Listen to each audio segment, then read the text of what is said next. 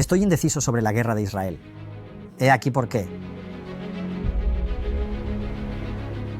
Hace exactamente un año, cuando miles de militantes de Hamás cruzaron la frontera de Israel para participar en una orgía de violencia mediática, yo sabía poco acerca de Israel y no tenía ninguna opinión sobre el largo conflicto que allí se desarrolla. Nunca he estado en Israel, nunca he estado en Gaza, nunca he estado en Cisjordania. No es un conflicto que haya estudiado en la universidad ni sobre el que haya leído mucho. A las personas de ambos bandos que se preocupan apasionadamente por este asunto les cuesta creerlo, pero en realidad la mayoría de la gente es así. Por eso, durante muchos meses después de los atentados del 7 de octubre, evité comentar la guerra o incluso hablar de ella en nuestro programa. En lugar de eso, leí, vi y escuché los interminables comentarios, debates y discusiones para entender lo que decían las personas de los distintos bandos. Una vez recogidos esos puntos de vista, hice todo lo posible por aplicar los principios básicos a los argumentos que escuchaba. Pensar a partir de los primeros principios significa reducir lo que se intenta analizar a su esencia y trabajar a partir de ahí. El contexto es muy importante para comprender, pero cuando se trata de situaciones tan emotivas como esta, la gente a menudo te inunda de contexto emocional, que no respalda el argumento que están esgrimiendo. Hay algunos ejemplos obvios en este debate que abordaremos en breve. El pensamiento de primeros principios te ayuda a ver la estructura de los argumentos. La lógica de un argumento es como el esqueleto de un cuerpo. No se ve desde fuera, pero suele ser la causa de que el cuerpo se mueva como se mueve. Llegar al esqueleto de un argumento es esencial para entenderlo. Este fue mi enfoque cuando tuvimos destacados invitados pro-Palestina como Bassem Youssef y Norman Finkelstein en trigonometría, así como invitados pro-Israel como Ben Shapiro y Natasha Hausdorff. También fue mi planteamiento cuando organicé un acalorado debate sobre el tema en Diálogos Disidentes y cuando Safety Namus me invitó a tratar esta cuestión en su podcast. Entonces, ¿qué nos dice el pensamiento de primer principio sobre el conflicto? En primer lugar, la forma más fácil de entender un problema complicado es encontrar una situación comparable sobre la que ya se sabe qué pensar. Por ejemplo, si aceptamos que el 7 de octubre fue un atentado terrorista, como creo que hace la mayoría de la gente, el enfoque obvio sería compararlo con otros atentados terroristas de la historia reciente. Eso, como suele ocurrir, es imposible, porque sobre una base proporcional, el mundo occidental nunca ha experimentado un ataque de esta magnitud. Si tomamos el 11 de septiembre, el atentado terrorista más impactante que se recuerda y que sacudió hasta la médula a la superpotencia dominante, del mundo, vemos que murieron 2.977 personas en un país de 285 millones de habitantes. El 7 de octubre, aproximadamente 1.200 personas fueron asesinadas en un país de solo 9 millones de habitantes. Algunos siguen llamando al 7 de octubre el 11 de septiembre de Israel. Eso no es ni remotamente cierto. Si el 7 de octubre fuera el 9/11 de Israel, per cápita, solo habrían muerto 100 personas. En otras palabras, el 7 de octubre fue al menos 12 veces más malo que el 9/11. Y eso antes de tener en cuenta el hecho de que Hamás tomó cientos de rehenes, muchos de los cuales han sido asesinados desde entonces. Así que la pregunta obvia es, si miles de mexicanos armados hubieran penetrado en la frontera sur de Estados Unidos, matado a 36.000 estadounidenses y arrastrado a miles de rehenes, ¿cómo habría reaccionado Estados Unidos? ¿Seguiría existiendo México? Cualquiera que sea su visión de la historia de este conflicto, creo que la lógica es impenetrable. Sin embargo, existen algunos argumentos persuasivos desde el campo anti-israelí que pretenden contextualizar el 7 de octubre. Veámoslos. Número 1. La historia no empezó el 7 de octubre. El kit de este argumento, cuando se desglosa en su premisa central, es que el Estado de Israel es ilegítimo. Según esta concepción, Israel se creó porque las potencias occidentales tomaron tierras que pertenecían a los palestinos y se las dieron a los judíos europeos que huían del Holocausto. Los palestinos no fueron consultados, no dieron su consentimiento y se vieron expulsados de sus hogares. Israel es un Estado colonial de colonos. En segundo lugar, el 7 de octubre fue una respuesta a la brutalidad y la opresión israelíes. Aquellos de ustedes que vieron mi debate con Safety Namus recordarán que él expuso este argumento en repetidas ocasiones. La población de Gaza y Cisjordania recibe un trato tan malo, argumentó, que la respuesta que vimos el 7 de octubre era totalmente comprensible. Un acto de resistencia destinado a reparar los agravios que han sufrido. 3. Israel está matando civiles. Las escenas de padres sacando a sus hijos de entre los escombros hablan por sí solas. 4. Israel lleva a cabo ataques indiscriminados, razón por la que mueren tantos inocentes. Este argumento pretende demostrar que Israel es el malo en esta guerra porque está matando a mucha gente, ya sea deliberadamente o debido a un cruel desprecio por la vida de los palestinos. Estos son, que yo sepa, los 4 argumentos principales del bando anti-israelí. Si hay otros, hágamelo saber en los comentarios y los trataré en un vídeo posterior.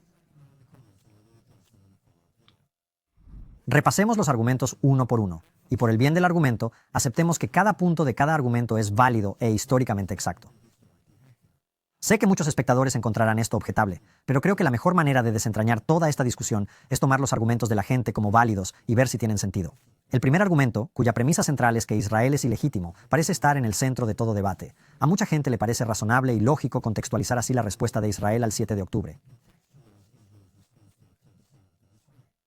Después de todo, si Israel se creó por medios ilegítimos, el debate se sitúa en un plano totalmente distinto, ¿no es así? En realidad no. De nuevo, pensemos desde los primeros principios.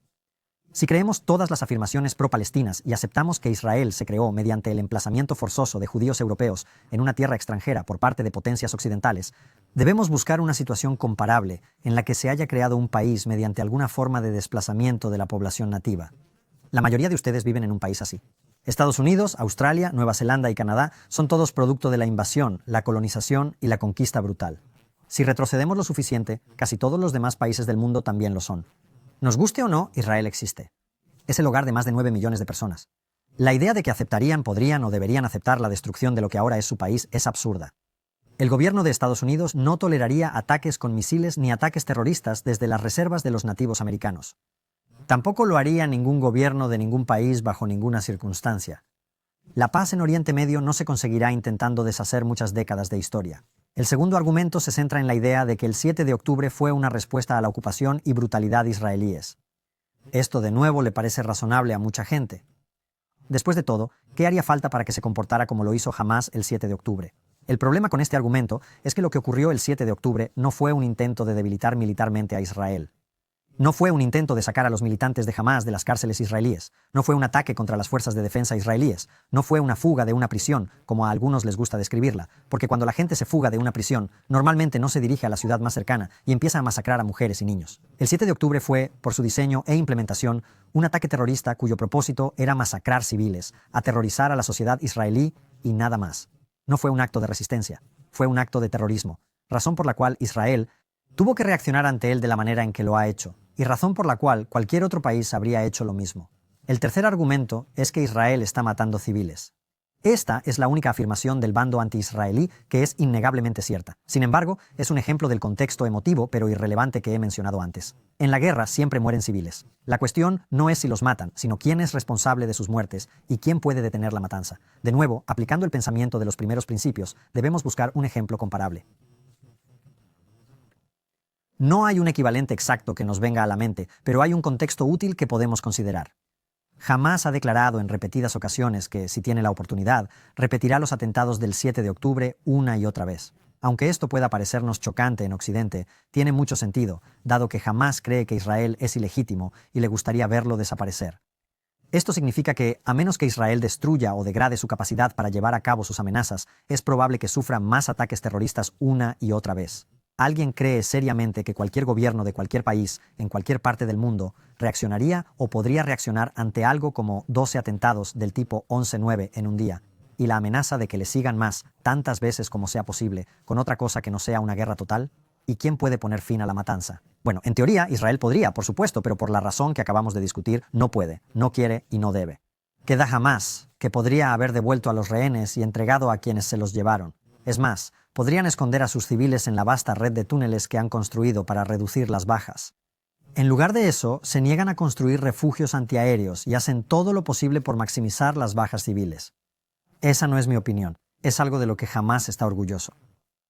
Un alto portavoz del grupo, Sami Abu Zuhri, concedió una entrevista al canal palestino Al-Aqsa TV la última vez que estalló este conflicto. Según Abu Zuhri, la política de enfrentarse a pecho descubierto a los aviones de guerra israelíes para proteger sus hogares ha demostrado su eficacia contra la ocupación. En Hamás pedimos a nuestro pueblo que adopte esta política para proteger los hogares palestinos. Así que sí, la muerte de civiles es trágica, y en un mundo moderno en el que las redes sociales se llenan de imágenes truculentas, esa tragedia puede transmitirse directamente a tu casa las 24 horas del día. Pero la responsabilidad de sus muertes es enteramente de Hamás, y la incapacidad de poner fin a la matanza es suya y solo suya, lo que nos lleva al argumento final. Los ataques de Israel son indiscriminados y están diseñados para causar víctimas civiles. En realidad, este es el argumento más sencillo de los cuatro, porque es una cuestión empírica. La guerra de Gaza no es el primer conflicto de la historia de la humanidad. Podemos comparar la proporción de muertes de combatientes y civiles en esta guerra con otras. ¿Qué ocurre cuando lo hacemos? Históricamente, las operaciones de guerra urbana dan como resultado una proporción de bajas de 9 civiles por cada combatiente enemigo muerto. en Gaza es de 1 a 1. En otras palabras, a pesar de los intentos deliberados de Hamás de aumentar el número de víctimas civiles, Israel ha tenido un éxito extraordinario en reducirlas. Esto no significa que no haya incidentes en los que mueran palestinos inocentes, y como en cualquier guerra, es probable que se cometan crímenes de guerra por ambas partes. Pero en general, las cifras no mienten. Si necesita más pruebas de que las afirmaciones sobre los ataques indiscriminados de Israel no tienen sentido, no tiene más que ver la forma en que varios comentaristas reaccionaron a lo que se ha denominado Operación Grim Reaper.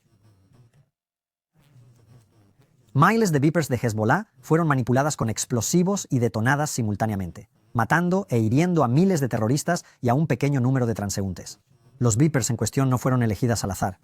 Israel seleccionó específicamente un lote de altos operativos de Hezbollah. Y aún así, gente como Hamza Yusuf, ex primer ministro de Escocia, se queja de los ataques indiscriminados de Israel.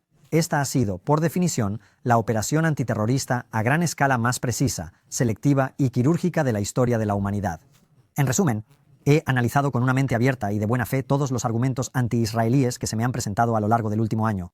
En conjunto, los considero poco sinceros, irrelevantes y diseñados para tocar la fibra sensible con el fin de ocultar la dura realidad de este conflicto.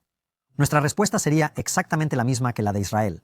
La única diferencia es que nosotros lo haríamos con el apoyo de todos los miembros de la comunidad internacional, mientras que Israel tiene que luchar no solo contra los terroristas que quieren borrarles del mapa, sino también contra los apologistas occidentales de esos terroristas. Si te gustan estos vídeos, debes saber que están disponibles en mi subpila con semanas, a veces meses de antelación. Dirígete allí ahora usando el enlace en la descripción y suscríbete.